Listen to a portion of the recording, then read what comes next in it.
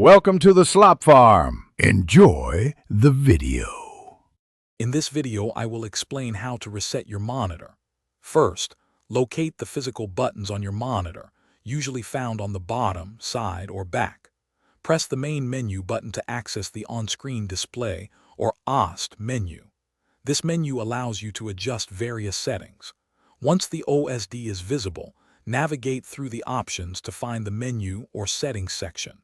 This is your starting point for restoring your monitor to its original state. Within the OSD menu, you'll need to find the specific reset option. Look for terms like reset, factory reset, or restore defaults. These options are commonly located under categories such as System, Other, or Advanced Settings. Use the navigation buttons to highlight your choice and then press the Enter or OK button to select it. You might be prompted to confirm your decision, so select Yes to proceed with the reset process.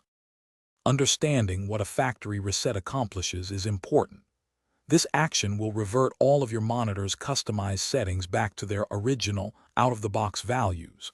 This includes adjustments you've made to brightness, contrast, color temperature, and even the selected input source.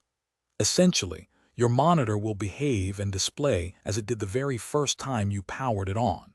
It's a powerful way to resolve many display-related issues by eliminating custom configurations.